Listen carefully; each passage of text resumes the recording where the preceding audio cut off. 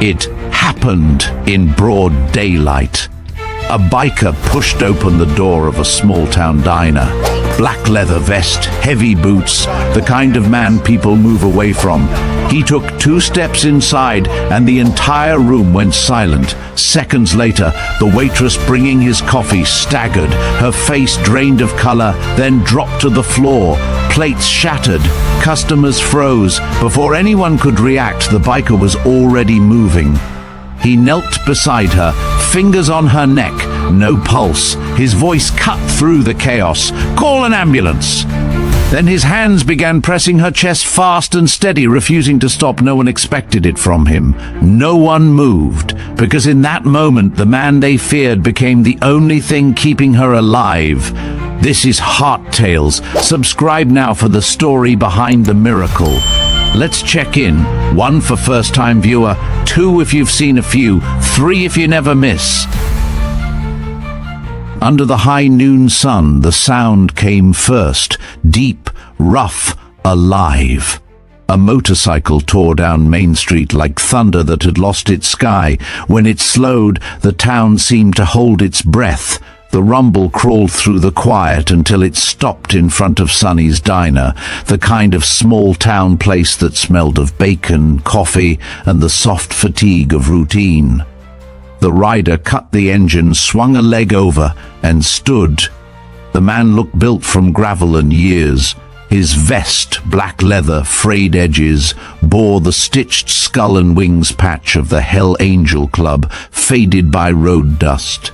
His jeans were worn pale at the knees, his boots scuffed to bone color. Tattoos climbed his forearms and disappeared beneath his sleeves, dark against sun-bitten skin. The heat pressed light against him, glinting on chrome. He adjusted his gloves once, then stepped toward the door. Inside, forks paused in midair. Conversation dimmed. A mother stopped cutting her child's sandwich. The ceiling fan ticked lazily overhead. When the door swung open and the bell above it rang, everyone looked. The man didn't notice the staring or didn't care. His movements were unhurried, measured, the quiet kind of dangerous that comes from experience. He scanned the diner as if taking a silent roll call, exits, reflections, corners. Finally, he slid into a booth at the far end, where his back could meet the wall. The sunlight carved a bright stripe across the table before him, dust motes spinning inside it. The air smelled of grease and burnt toast. Behind the counter, a woman's voice lifted through the hum of fluorescent lights. "Afternoon, sir. What can I get you?" Lena Brooks was 28, her blue uniform slightly faded at the shoulders. A loose strand of blonde hair had escaped her ponytail, curling along her cheek. There were faint shadows beneath her eyes, the kind earned by double shifts and unpaid bills. Still, she smiled, one of those smiles that meant she'd learned to keep the world polite. The man looked up. His eyes were sharp, ocean gray, unblinking. "Coffee," he said. "Black." She nodded quickly, retreating to the pot, as though the distance offered safety. As she poured, her hand trembled just enough for a ripple to quiver in the dark liquid. She pressed her lips together, pretending she hadn't noticed. He had. When she set the cup down, he studied her for a beat too long. Not like a predator, more like someone reading a familiar language in a new accent. She shifted, uncomfortable under the weight of his attention. "Anything else?" she asked.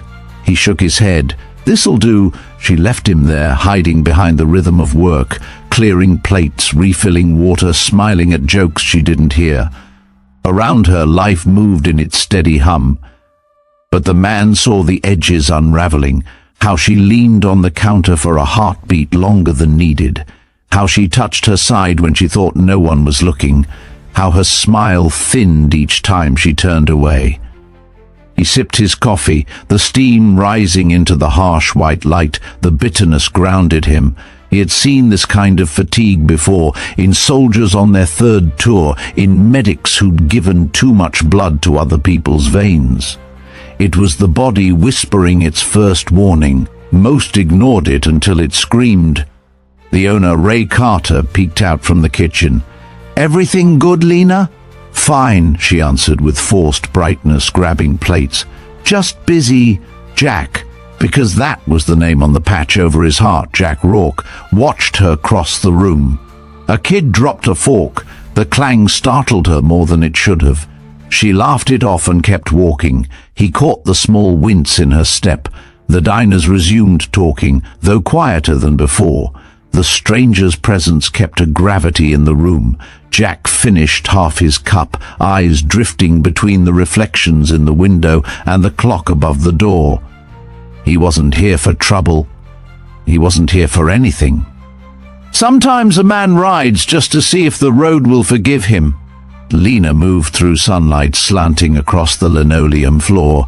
The heat outside had built a halo of glare on the glass. Her figure blurred when she passed in front of it. She set down orders, refilled drinks, smiled again. But the rhythm faltered. The tray in her hand seemed heavier now. When she turned back toward the counter, her fingers brushed the edge of the table to steady herself. Jack's gaze followed, instinct sharpening. A thin sheen of sweat dotted her forehead, though the air conditioning hummed steady. Her breathing caught on the inhale. She pressed a palm to her ribs, then dropped it quickly, hoping no one saw. He recognized the pattern, pulse racing, shallow breath, blood pressure slipping. She didn't know yet what her body had decided. She reached for the coffee pot again. The handle clinked softly against the metal burner. The sound echoed too loud in the stillness. When she turned, her face had lost its color. Jack's muscles tensed. Years of training moved behind the stillness of his posture. He set the mug down quietly, eyes fixed. She walked 2 steps, maybe 3, and the tray trembled. A cup slid, wobbling on its saucer, caught light and fell. The crash broke the air in half.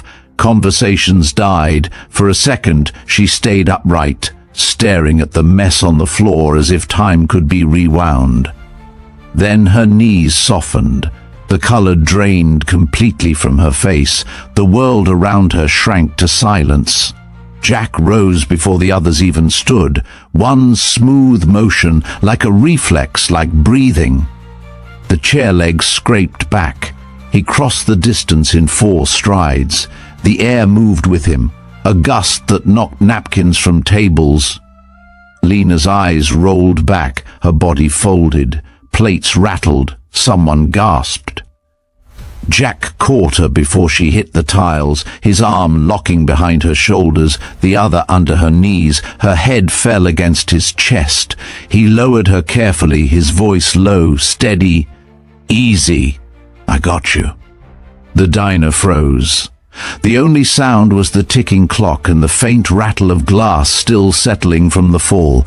The biker, the man everyone had decided was trouble, knelt on the floor holding the waitress who had just stopped breathing right in front of them. He glanced up once, calm, cutting through panic. "Call an ambulance," he said.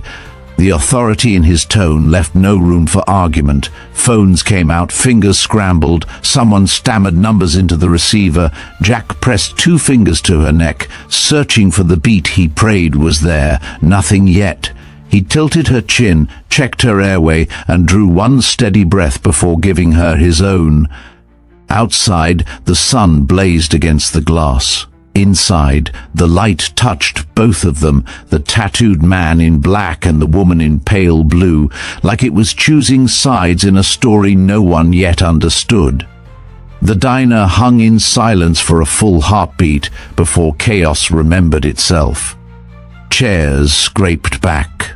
Voices collided, and someone dropped a plate that shattered beside the first.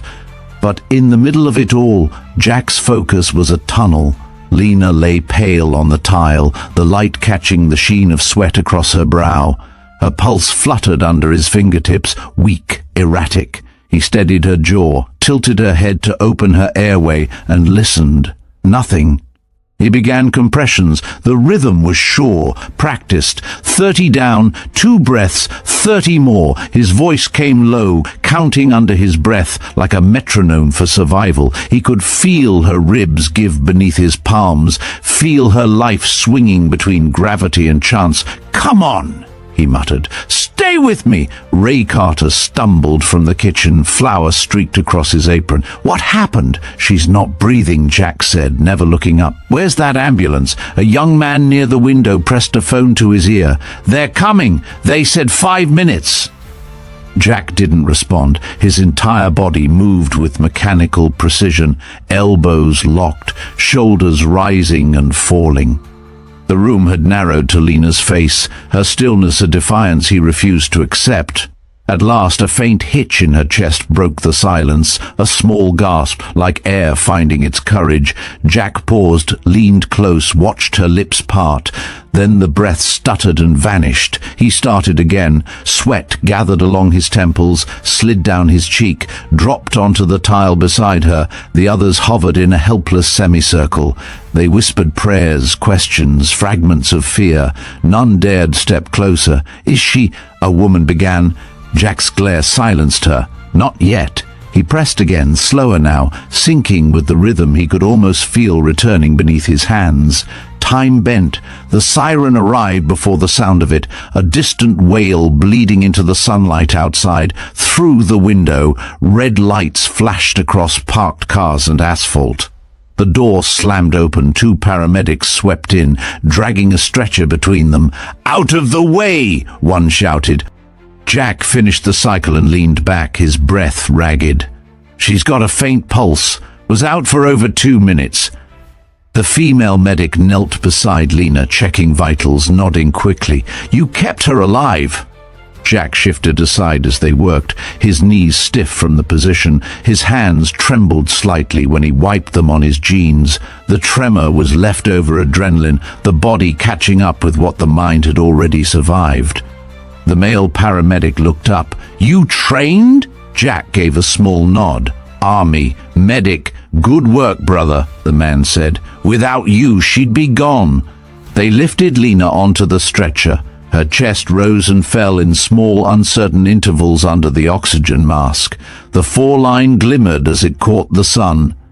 Outside, the ambulance door swung open, spilling more heat into the room.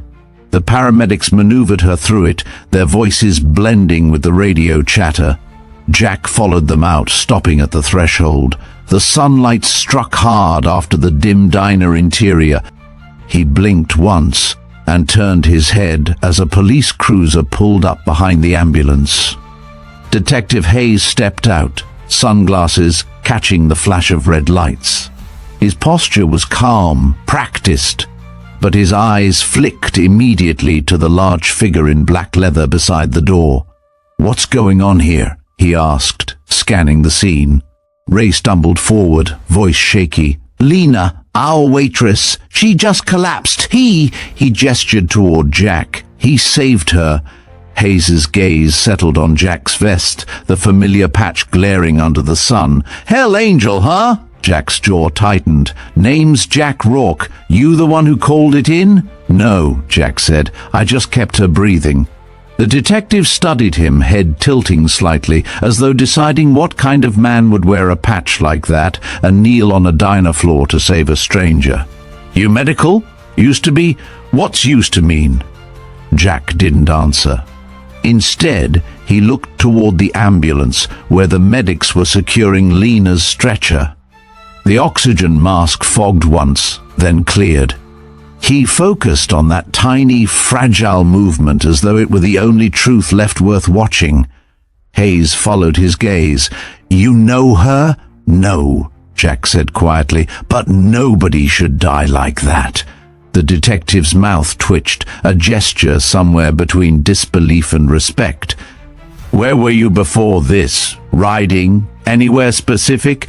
Jack finally looked at him, the corners of his eyes narrowing. "You really want to waste time asking me that when she's still fighting for air?"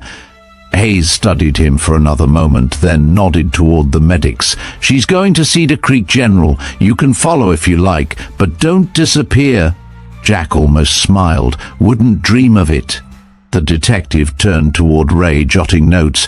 Jack climbed onto his bike but didn't start it. The paramedics loaded Lena, doors slamming shut with a metallic finality that cracked through the noon air. The siren rose again, louder this time, scattering a flock of birds from the wires above.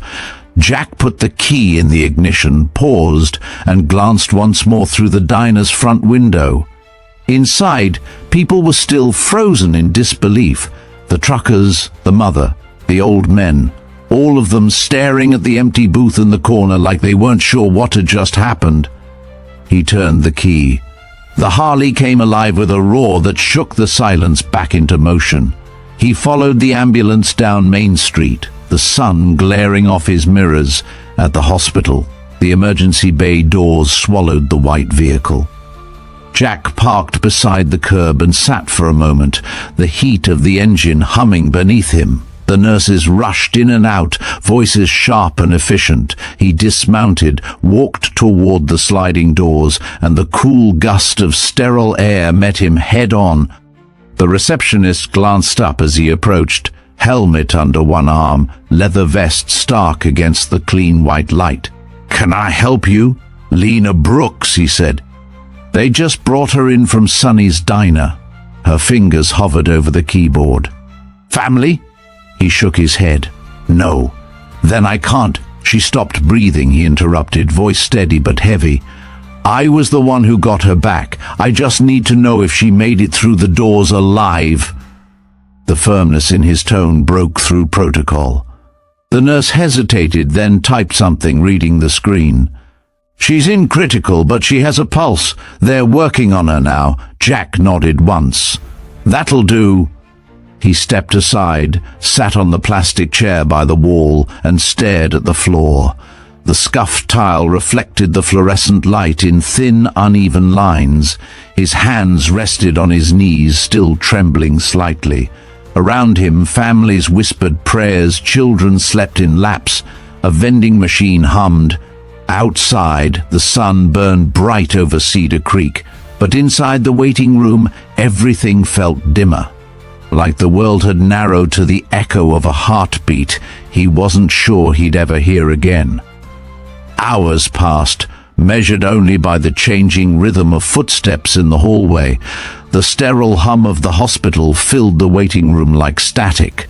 Jack hadn't moved since he sat down. His elbows rested on his knees, fingers interlaced, head bowed slightly.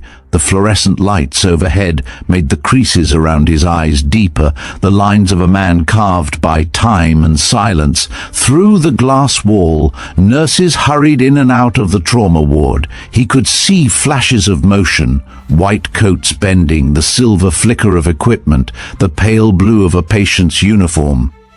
Every so often, he caught a glimpse of blonde hair against the pillow. Then the doors would swing shut, cutting him off again. Detective Hayes reappeared, the tap of his boots a metronome of authority. He carried a small notebook in one hand, a cup of vending machine coffee in the other. He stopped in front of Jack, studying him for a moment before speaking. "You've been here a while," Hayes said. Jack looked up, his expression unreadable. "Still breathing?" "Barely. Doctor said she's critical but stable. You did a hell of a job back there." Hayes sat in the chair opposite him, setting the coffee on the table between them.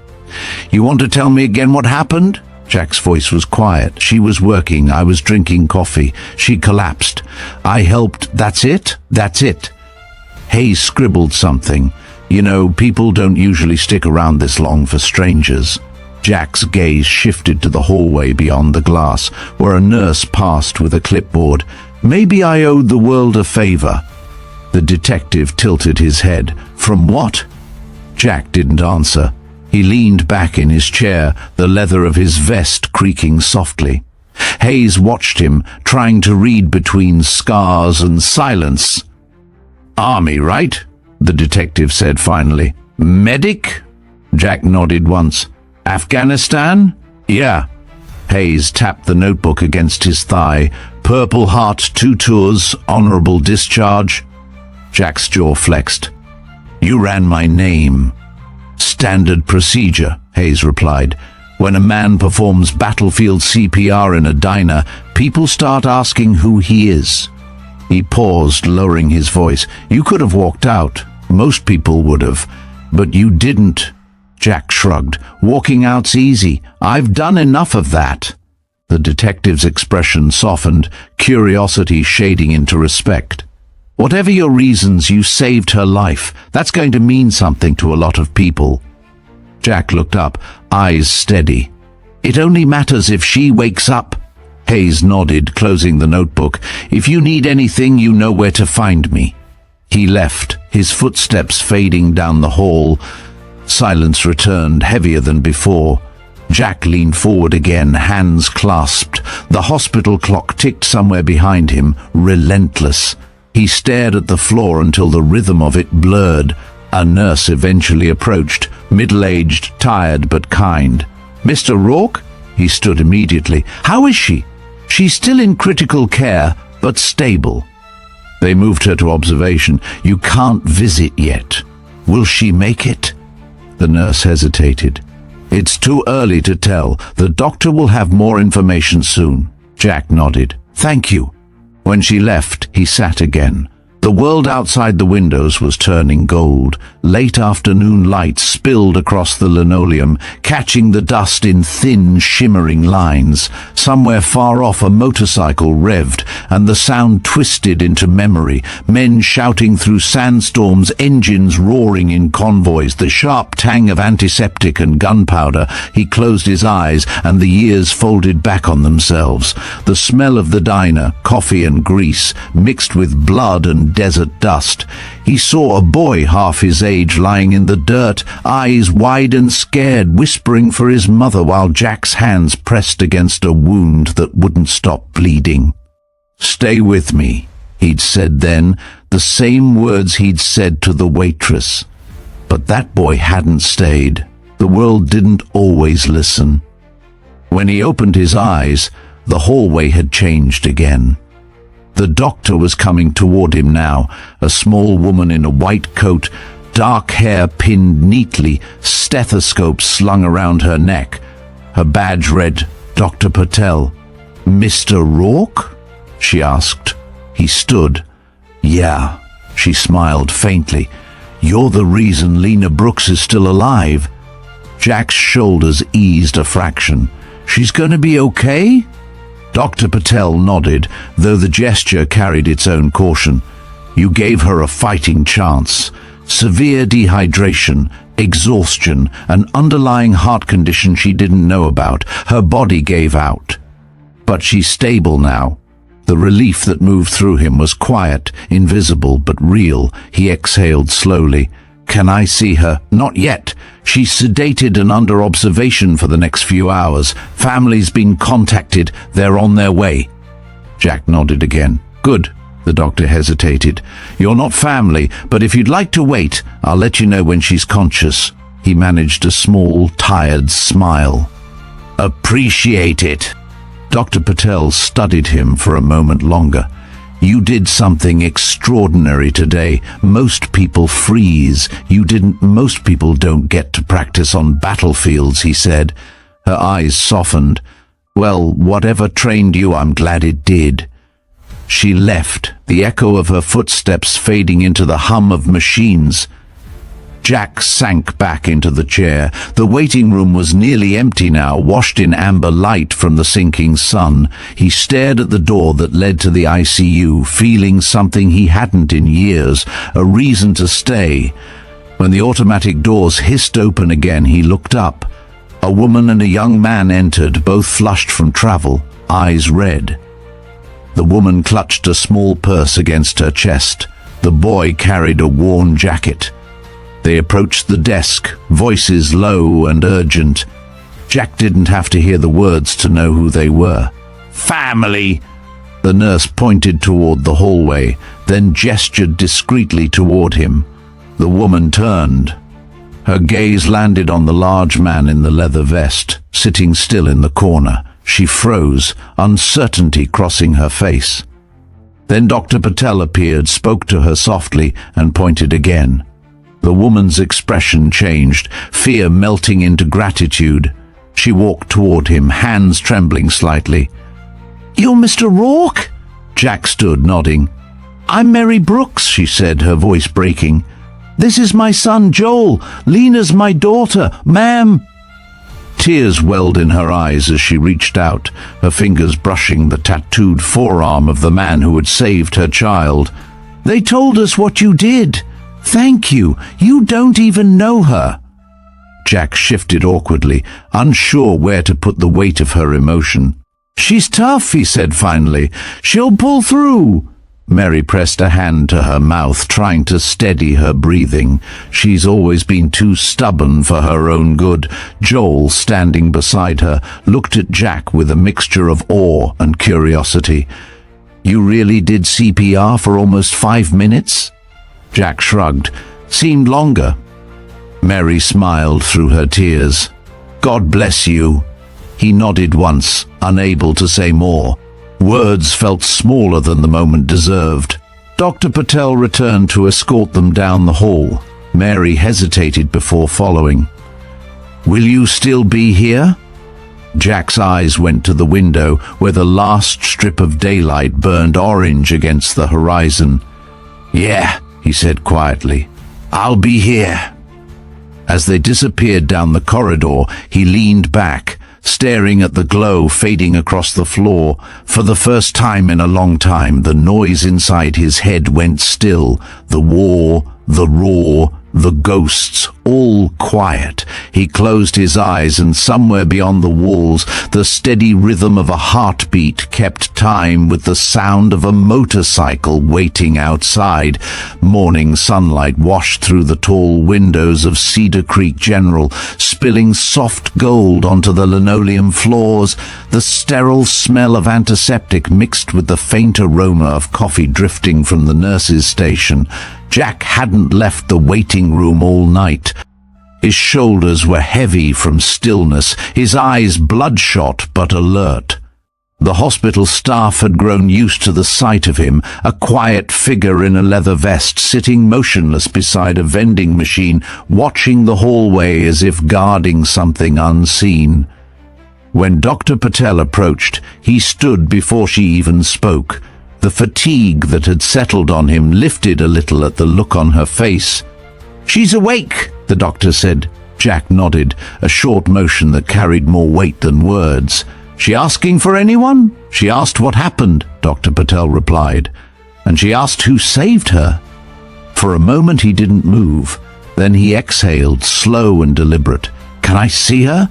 The doctor hesitated. "Only a few minutes. She's still weak." He followed her down the quiet corridor. The rhythmic beeping of heart monitors grew louder with each step. When they reached room 214, Dr. Patel pushed the door open gently. Lena lay propped against white pillows, her blonde hair fanned around her face, an oxygen tube curling beneath her nose. Her skin still looked pale, but color had begun to return to her cheeks. The sunlight cut across the bed, catching on the clear 4 lines that glimmered like glass threads.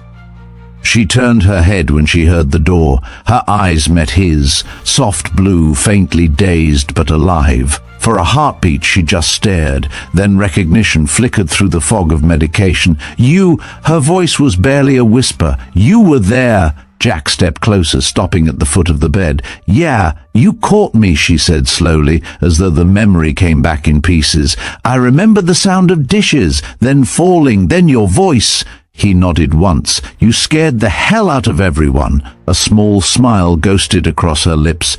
"I guess I owe you coffee." "You owe me nothing," he said. The silence that followed wasn't awkward. It was full, heavy with the quiet gratitude that exists between two people who have seen death pass close and keep walking. "Doctor," Patel smiled faintly. "Don't tire her out. 5 minutes." She left the room, closing the door behind her. Lena's gaze drifted to his vest, the faded emblem across the leather. "You're with the angels," she murmured. "Something like that," he said. "My mom used to say not to judge people by the stories told about them. Smart woman." "She's here," Lena said softly. She and my brother drove through the night. I think she wanted to meet you." He looked toward the window, the sunlight edging his jawline. Later, maybe. A long breath passed between them. The monitors beeped steadily, like a distant metronome keeping the world alive. "You didn't have to stay," she said. "I know, but you did." He shrugged. "I've left too many times when I shouldn't have." Her expression softened. "Were you a soldier?" He hesitated, then nodded. "Once. That's how you knew what to do. Old habits," he said. "They don't die easy." She studied him for a long moment, eyes tracing the faint scars on his hands, the stillness in his shoulders. "You look tired," she said. "So do you." That almost smile returned, fragile but real. "Guess we both need rest." When her eyes began to close, he moved toward the door. Her voice stopped him. "Jack?" He turned back. "Thank you," she whispered. He met her gaze, and for the first time his expression softened completely. "You get better," he said quietly. "That's thanks enough." She nodded, eyes fluttering shut. Within moments, her breathing evened out again. Jack stood there for another minute, watching the rise and fall of her chest. Then he stepped into the hallway, closing the door behind him. The corridor was busier now. Nurses moved with brisk precision. The morning shift had begun. Sunlight spilled through the long glass panes, turning the hospital's polished floors into mirrors. Jack leaned against the wall outside the room, arms crossed, eyes closed. A low rumble built outside, deep, mechanical, familiar. He frowned, recognizing the sound long before anyone else did. The steady growl of motorcycle engines, more than one, closing in like thunder approaching from a clear sky. Dr. Patel reappeared, raising an eyebrow as she heard it too. "Friends of yours?" Jack pushed off the wall. "Maybe." They reached the hospital entrance just as two bikes pulled into the parking lot, chrome flashing under the morning sun.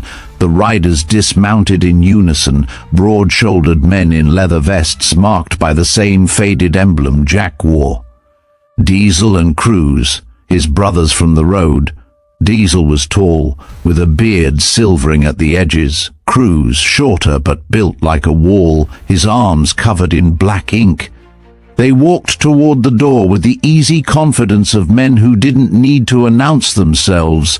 "Frankie," Diesel said with a grin, using the nickname no one else dared. "Heard you've been playing hero." Jack's expression stayed flat. Word travels too fast. "Hospital floors, news feeds, truckers' radios," Cruz added, pulling off his gloves. "Apparently a hell angel brought a waitress back from the dead." "Good press," Diesel said. "First time in history." Jack shook his head. "She's just a girl who worked too hard." Cruz's grin faded. "You still care too much. Somebody's got to—" The three stood in silence for a moment, the sunlight glinting off their bikes. Then Diesel nodded toward the entrance. "You staying here long?" "For a bit." "Club's behind you," Diesel said quietly. "If anyone gives you grief for the patch, they answer to us." Jack met his gaze. "Don't start trouble." Diesel smirked. "Trouble? We're angels, remember?" The humor eased the tension. Jack almost smiled, though it didn't reach his eyes. "Appreciate it." "We're leaving something with the front desk," Cruz said. "Just a little donation from the Brotherhood, no name attached." Jack looked up sharply. "That wasn't necessary." Cruz shrugged. Neither was saving a stranger. "Guess we're all out here doing unnecessary things these days." They clasped forearms, a silent exchange older than words. Then the two men turned and walked back toward their bikes. Engines roared to life, echoing off the hospital walls, scattering the morning's calm into the open air. Jack watched them go until the sound faded into distance. Inside, Dr. Patel stood by the front desk, glancing at the envelope Cruz had left behind. "Your friends are generous," she said. Jack didn't answer. His gaze was fixed on the sunlight outside, on the road that led out of town. The reflection of the hospital glass caught his image. scarred, weathered, unbowed. And for a moment he saw the man he used to be and the one he was still trying to become. He turned back toward the hallway that led to Lena's room. In that sterile corridor filled with light, the day felt strangely still, as though the world itself was pausing between breaths, waiting to see what he would do next. By the second afternoon, color had returned to Lena's face. The machines that had once dictated her heartbeat now merely watched over it. The blinds were open, letting the sunlight pour across her bed in warm, forgiving bands. Jack sat in the corner of the room, silent, unreadable, the faint hum of his Harley still echoing in his bones. Dr. Patel entered, glancing at the monitors, then at Lena's eyes. "You're lucky," she said softly. "If Mr. Rourke hadn't been there, you wouldn't be here now." Lena turned her head toward Jack, her voice faint but sure. "I think I'm the lucky one twice." Jack didn't smile, but the corner of his mouth twitched. "You're awake. That's all that matters." The nurse adjusted the four and left quietly. Through the half-open door, the low murmur of news played on a waiting room television. Local waitress saved by mysterious biker at Sonny's diner. The words drifted in and out, half-whispered through the corridor. Someone had recorded part of the rescue on a phone. It was already spreading online. Lena caught a few of the words and frowned. "They're talking about you," he shook his head. "They're talking about what happened. You don't like being called a hero? I'm not one." His voice carried no pride, only truth. "Heroes show up on time. I just happened to be there." She watched him quietly. "You make it sound like timing doesn't matter." "It's the only thing that ever does," he said. Detective Hayes appeared in the doorway, hat tucked under one arm. He gave a polite nod to Lena before turning to Jack. "You weren't hard to find. The whole town's talking." "Figured they would," Jack said. Hayes stepped closer. "We closed the investigation. Witness statements, medical confirmation, everything checks out. For what it's worth, you did good, Rourke." Jack gave a slow nod. "Didn't do it for worth." The detective studied him, then lowered his voice. "You planning to stick around?" "Until she's out of the woods." Hayes looked at Lena, then back at Jack. "If you ever decide you want a clean slate, people around here could use someone who knows what he's doing." Jack's gaze stayed on the window. "I've had my share of uniforms." The detective smiled faintly. "Fair enough. Just know that the door's open." He tipped his hat toward Lena. "You've got a stubborn guardian here, Miss Brooks. Don't make his job harder." After Hayes left, the room settled into quiet again. Lena traced the blanket hem between her fingers. "You're really staying?" Jack shrugged. "Until you can walk out of here. You don't even know me," she said softly. "I didn't need to." Her eyes glistened in the golden light. "Then let me thank you properly." "Don't waste your breath," he said, standing. "Save it for healing." She smiled faintly. "You're bad at accepting gratitude." "I've had practice." He started toward the door, but she called after him. "Jack?" He paused. "When I get out, you'll tell me why you stayed, right?" He turned just enough for her to see the shadow of a smile. "Maybe." Then he stepped into the hallway. Downstairs he found Dr. Patel speaking with a hospital administrator. They didn't see him at first. He caught only fragments. Insurance, cardiac treatment, months of therapy. The numbers that followed were the kind that crush small families. When he walked up, they both fell silent. "How bad is it?" he asked quietly. Dr. Patel sighed. "The immediate care is covered, but her long-term treatment isn't. She'll need medication, therapy, rest. She doesn't have insurance and her family isn't in good shape financially." Jack nodded once. "Understood." He left without another word. 10 minutes later, the hospital's charitable foundation received an anonymous donation large enough to clear the bills, with a note that read simply, "For the one who fought to breathe."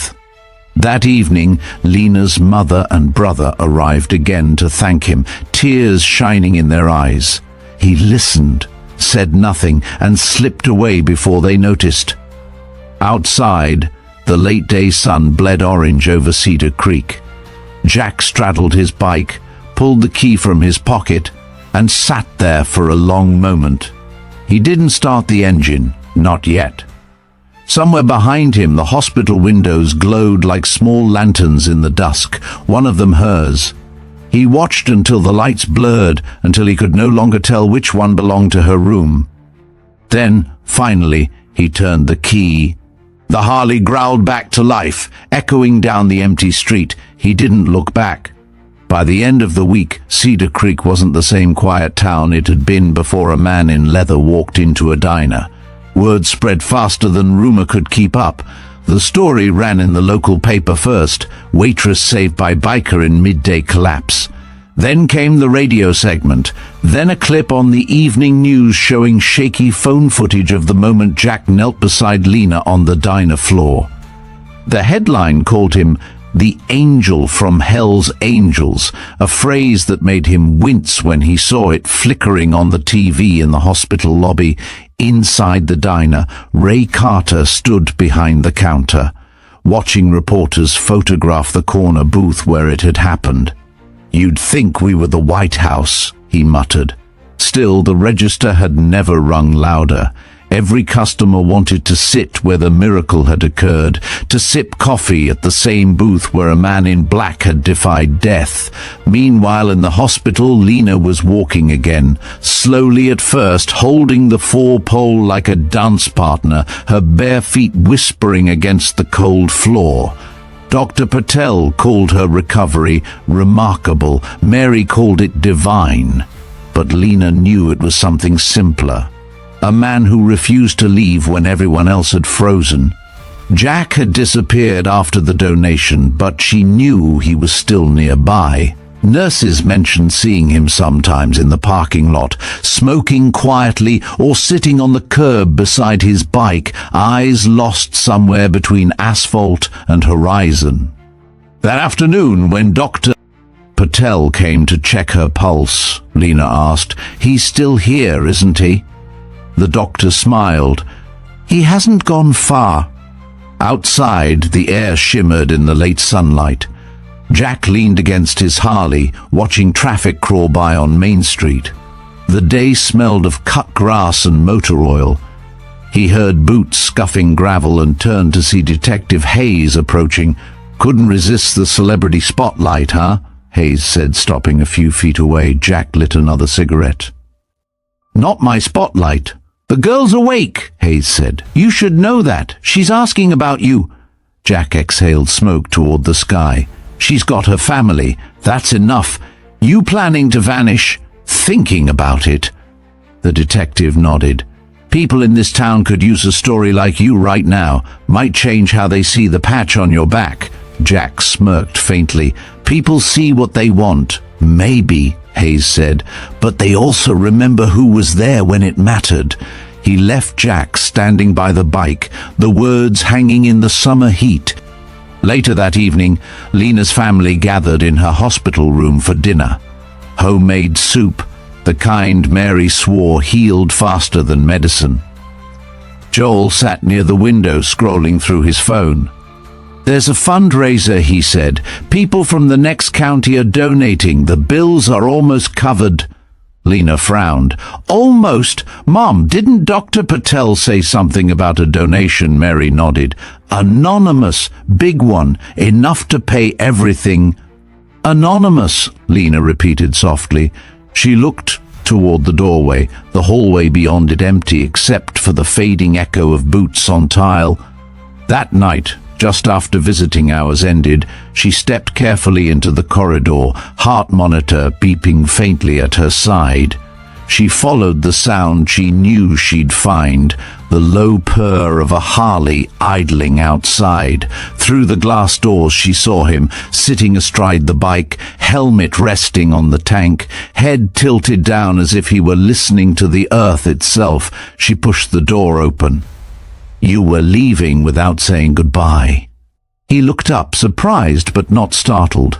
"You should be resting." "I've done enough resting." She walked closer, the hospital gown catching a whisper of wind. "It was you, wasn't it? The donation?" He didn't answer. His silence was confession enough. "You didn't have to," she said. "I wanted to." "Why?" Jack looked past her toward the dark stretch of road leading out of town. "Because once, someone did the same for me, and I didn't say thank you. Maybe this makes it even—" Lena smiled faintly. "You don't owe anyone anything, Jack." "Maybe not," he said, pulling on his gloves. "But some debts aren't about owing." The sound of another engine rolled in from the distance. Then another. Soon the air filled with the rumble of bikes, steady, deep, like thunder rolling low across the horizon. Lena turned as the convoy appeared, a line of Harley-Davidsons gliding into the hospital lot, chrome catching the streetlights, vests bearing the same patch Jack wore. Diesel and Cruz led the line, their headlights cutting through the dusk. They parked in formation, engines idling in unison. A few nurses stepped outside to watch, half fearful, half awed. Lena looked back at Jack. "What is this?" He smiled slightly. "Family." Diesel stepped forward, handing Jack a small envelope. "Club heard what you did, brother. We wanted to ride by, show the town what an angel looks like when he earns his name." Jack didn't open the envelope. "I don't need recognition." "Wasn't for you," Diesel said, nodding toward the hospital doors. "It's for her." Lena looked down at the envelope, then at the line of bikers waiting silently in the orange wash of streetlight. "You all came here. For me?" Cruz grinned. "Our brother said you fought like hell to stay alive. That makes you one of us, in a way." For a long moment no one moved. The sound of engines vibrated through the pavement, warm and steady, like a heartbeat for the whole town to hear. People from across the street gathered to watch. The roar filled the night, not as noise but as tribute. Lena's eyes shone. Jack nodded once to the others, and the engines slowly quieted, fading into the hum of the summer air. When the last bike turned onto Main Street, the silence that followed wasn't empty. It was reverent. Cedar Creek had witnessed something it didn't yet have words for, and as Jack watched Lena standing there under the hospital lights, hair stirring in the wind, he knew he wouldn't forget the sound of those engines for the rest of his life.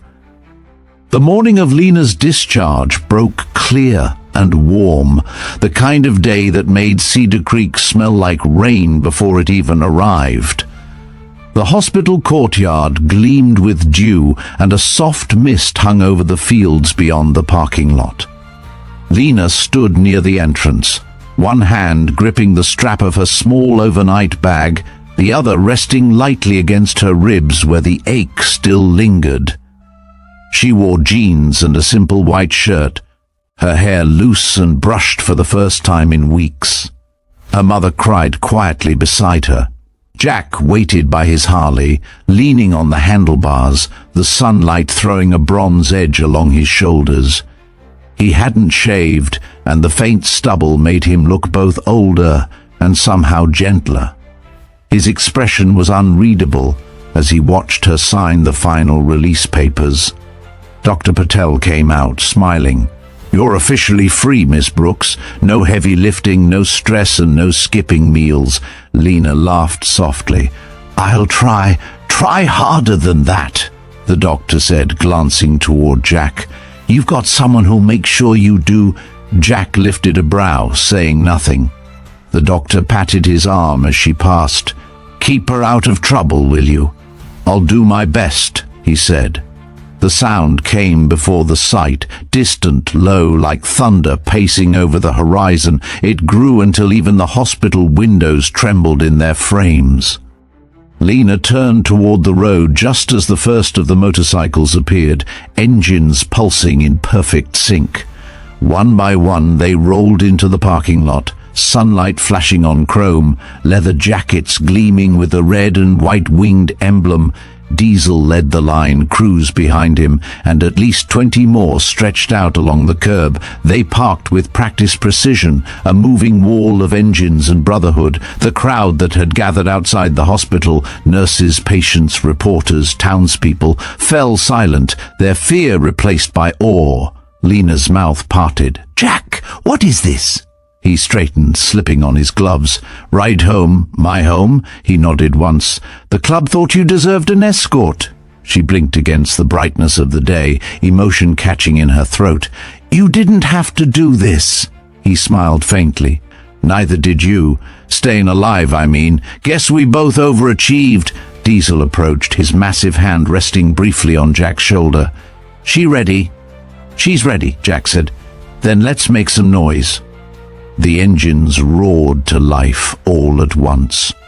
The sound rolled across the parking lot like a tide, vibrating through the pavement, rattling the air. People stepped back instinctively. Lena laughed, half from surprise, half from the wild, unshakable joy of it. Jack handed her a spare helmet, black and gleaming. "You ever ridden before? Not like this. There's no other way." He swung a leg over the bike, settling into the seat. She hesitated for a moment, then climbed on behind him, gripping his jacket as the machine growled beneath them. The smell of fuel and wind wrapped around her. "Hold tight," he said over his shoulder. "I already am." The convoy rolled out of the hospital in a single seamless motion. The townspeople watched from sidewalks and storefronts as the line of bikes swept through Cedar Creek, sunlight flashing on chrome, engines echoing off the walls. Cars pulled to the side to let them pass. Children waved from porches. Someone lifted a phone to film.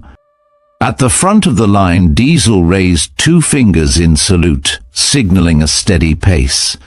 Jack followed, the road stretching ahead like a ribbon of light. The world blurred into motion, the wind tearing through Lena's hair, the heartbeat of engines all around them, the warm rush of freedom after too much stillness. As they passed Sonny's diner, the place where everything had begun, Ray Carter stood in the doorway, wiping his hands on his apron. He raised a hand in greeting, his grin wide and unguarded. A small crowd had gathered outside, the same truckers, the same old men, the same mother and child. The diner's windows gleamed with reflected sunlight, and someone had placed a small framed photo near the register, Jack kneeling beside Lena, caught mid-rescue. Under it, a handwritten note read, "Not all angels have wings." Jack caught the sight from the corner of his eye, but he didn't slow down. He didn't need to. Some things were better felt than revisited. The convoy turned toward the outskirts of town, where the road opened into rolling fields. The noise of the engines softened into a rhythm, not loud now, but steady, almost musical. Lena leaned her cheek against Jack's back, the warmth of him grounding her. The horizon shimmered ahead. "Where are we going?" she called over the wind. "Home," he answered. When they reached the Brooks family farm, Mary and Joel were waiting by the fence, hands shielding their eyes from the sun. The line of motorcycles curved into the gravel drive, the engines one by one falling silent. The sudden quiet felt enormous, like a heartbeat after a long race. Lena climbed off the bike, legs shaking slightly from adrenaline. Jack steadied her with one hand on her shoulder. "You all right?" he asked. She nodded, smiling. "Better than I've been in years." Mary ran forward, arms open. Lena melted into her mother's embrace, both of them crying freely now. Joel joined them, his grin wide and unashamed. Diesel and crew stood back, arms crossed, smiling. Jack removed his helmet, resting it on the seat. Dust motes drifted in the sun between him and the family. He felt out of place, like a shadow standing too close to a light. But before he could turn away, Mary approached. "Mr. Rourke," she said, her voice trembling. "We don't have much, but if you'd like to stay for dinner..." He shook his head gently. "You've got your girl back, that's enough. At least let us feed you." she insisted. He hesitated. One meal. The kitchen was small but warm, the air thick with the smell of bread and stew. Jack sat at the table that had clearly held decades of conversations. Diesel and Cruz joined, ducking slightly through the doorway. Laughter came easily. The first real laughter since everything began. When they finished eating, Lena looked across the table at him. "I don't know how to repay you." Jack met her gaze, his voice low. "You already did." "How?" "By proving it was worth showing up." She smiled, eyes bright. "You really are an angel." He chuckled softly. Just a man who happened to be hungry for coffee. As dusk settled over the fields, the bikers stepped outside. The engines started again, one by one, a rolling thunder fading into the distance. Jack lingered a moment longer, watching the horizon blush pink and gold. Lena stood beside him, the evening wind lifting her hair. "Will you come back?" she asked. "Maybe," he said. "Road's got a way of deciding things. Then I'll keep the coffee hot." He smiled, touched the brim of his helmet in a small salute, and turned toward the waiting Harley. The engine came alive beneath him, deep and steady. As he rode away, the farmhouse lights glowed behind him like stars scattered across the earth. The wind carried the echo of engines across the open fields, less like thunder now, more like applause. And somewhere between the sound of the road and the whisper of her breath, Jack felt something he hadn't in years. Not peace exactly, but the beginning of it. 2 weeks later, Cedar Creek had returned to its quiet rhythm, though something in the air felt changed, lighter, more awake. Sonny's diner bustled every morning now, the bell over the door chiming constantly. People still spoke about that day, the waitress who died and came back, and the biker who disappeared after saving her. Lena stood behind the counter again, apron tied neatly, her movements slower but sure. The scar above her collarbone was a faint pink line under the sunlight that poured through the window. She smiled as customers came and went, though her eyes often drifted toward the corner booth, the one Jack had chosen that first afternoon.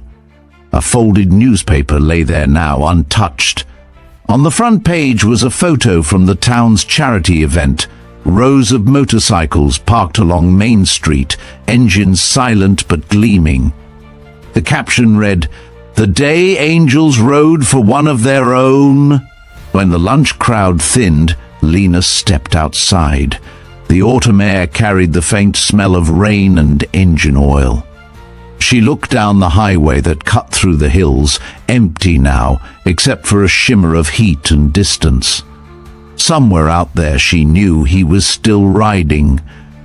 At the edge of the parking lot she found a small envelope tucked beneath the diner's welcome mat. No name, just the rough handwriting she recognized from the hospital note, "Keep breathing." Inside was a single photo, her standing at the farm gate the day he'd left, sunlight spilling across her face. On the back were 4 words, "You did good, kid." Her smile trembled. She folded the photo carefully and slipped it into her apron pocket, the paper warm against her heart. Miles away, Jack rode along a highway lined with red gold trees, the wind tearing through his jacket. The Harley hummed beneath him like a heartbeat that finally knew its rhythm. He carried no map, no plan, just the open road stretching out like forgiveness. In his mirror, the sunlight caught the faint gleam of the Hell Angel patch on his back. For the first time in years, he wasn't running from ghosts. He was riding toward something, quiet, unseen, maybe even grace. As the road curved into the horizon, the sound of his engine softened, blending with the wind until it became part of the landscape. Back in Cedar Creek, Lena pinned a small note to the diner's corkboard. 4 simple words written in her own hand. "Thank you for staying." And every time a motorcycle passed through town, the bell over the diner door would ring, and she would look up, half expecting to see him, half certain she already did in every echo of an engine fading down the road. because some stories never end, they just keep riding. If this story reached you, take a moment before you scroll. Somewhere out there, someone like Jack Rourke is still riding the long road between regret and redemption, proving that even the hardest hearts can still choose kindness. Tell us in the comments what this story meant to you, and if you believe in second chances. Don't forget to like, share, and subscribe to Heart Tales for more true stories of quiet courage, hidden grace, and the moments that remind us humanity still rides among us.